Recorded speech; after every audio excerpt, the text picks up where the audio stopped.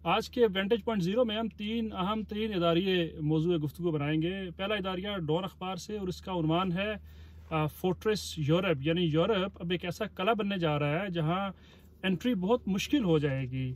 दूसरा इदारिया गजा की मौजूदा सूरत हाल और उस पर आलमी बरादरी का हालिया मौक़िफ़ है और ये भी डॉन अखबार से लिया गया है। इसका उन्वान है गजा ब्लड बाथ, यानी गजा में खून रेजी। ये आम बात है कि इसको गजा वॉर का नाम नहीं दिया गया बल्कि गजा ब्लड बाथ का नाम दिया गया है। तीसरा इदारिया एक्सप्रेस ट्रिब्यून से है और इसका उन्वान है ब्रेकिंग बैरियर्स, यानी रुकावटें तोड़ना। तो हम ये देखेंगे कि ये रुकावटें कौन सी हैं और ये कौन तोड़ रहा है, ये आपको पता चलेगा पूरी वीडियो को देखकर। अस्सलाम वालेकुम, मैं हूं डॉक्टर यासिर अराफात। अंग्रेजी अखबार डॉन के मुताबिक यूरोप अब तवील अरसे तक अखलाकियात के मौजू पर बात करने का अपना हक खो चुका है। उसकी वजह यह है कि यूरोपीय यूनियन ने माइग्रेशन और पनाह गज़ीनों से मुतल्लिक अपनी पॉलिसियों में खौफनाक तब्दीलियों के हवाले से यूरोपीय पार्लियामेंट और यूरोपीय कौंसिल के साथ एक मुआहदा कर लिया है। अब इसके नताइज क्या होंगे? इसके नताइज ये हैं कि अब तो या तो यूरोप पहुंचने वाले पनाह गज़ीनों और माइग्रेंट्स को जेलों में कैद या फिर फौरी वतन वापसी का यानी डिपोर्टेशन का सामना होगा।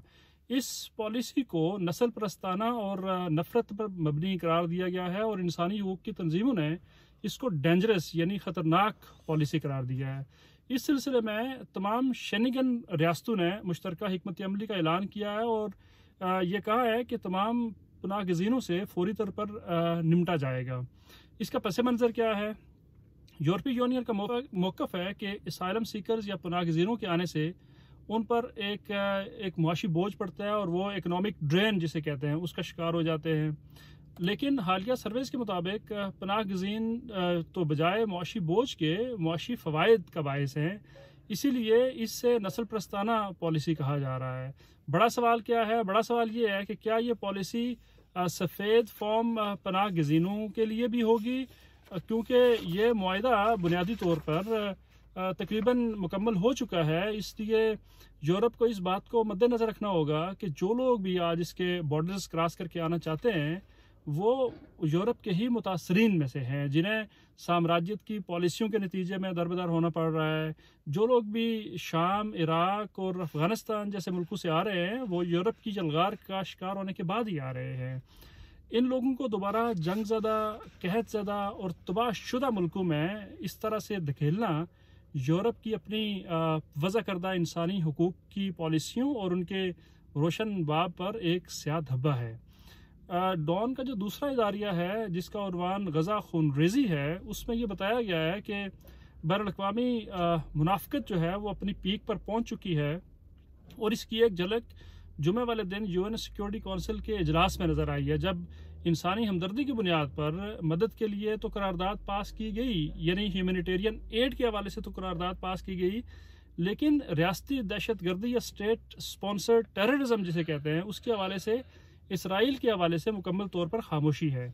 और ये खामोशी की चादर बड़े अरसे से यूरोप और अमेरिका के ऐवानों पर तनी हुई है। ऐसी मदद का क्या फ़ायदा जब ऊपर से बमबारी जारी हो?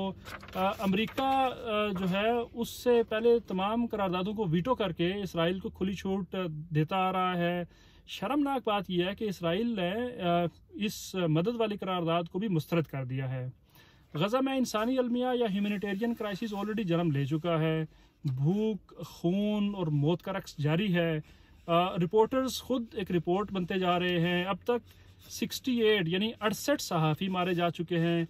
20,000 फ़लस्तीनी लोग, जिनमें ज़्यादातर तादाद बच्चों और औरतों की है, वो जान से हाथ धो बैठे हैं और ये सब आलमी ज़मीर को जगाने में नाकाम रहा है।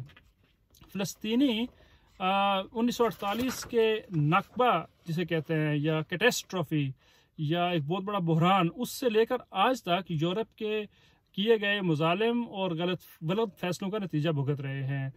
मकामी खबरों के अंबार में हमें इसराइली वॉर मशीनरी के मुजालिम को भूलना नहीं चाहिए। तीसरा इदारिया एक्सप्रेस ट्रिब्यून के इदारिये ब्रेकिंग बैरियर्स से है, यानी रुकावटें तोड़ना। ये रुकावटें कौन सी हैं? इनका ताल्लुक असल में ट्रांसजेंडर कम्युनिटी से है। 2018 में मारिया और अब 2024 के इलेक्शंस में सोबिया, जो कि ट्रांसजेंडर हैं, उन्होंने केपी से इलेक्शन लड़ने का फैसला किया है। केपी में ट्रांसजेंडर्स पर पिछले कुछ सालों में बेशुमार हमले किए गए हैं, जिनकी वजह उनके खिलाफ एक माशरती तासुब और उन्हें बाकी इंसानों से कमतर समझना है। इस तरह से वो मज़ीद पिसे हुए तबकात में शामिल हो जाते हैं। ट्रांसजेंडर्स का इलेक्शन में हिस्सा लेने का फैसला बहुत बड़ा दिलेराना फैसला है। उनकी सियासी अमल में शमूलियत से एक बेहतर मुस्तकबिल की पेशन गोई की जा सकती है। बतौर मुआशरा हमें इस तरह के पिसे हुए तबकात की बेहतरी के लिए और उनके सियासी अमल में शमूलियत को खुशामदीद कहना चाहिए, ताकि ये मुल्क कुछ का नहीं बल्कि सब का मुल्क बन सके।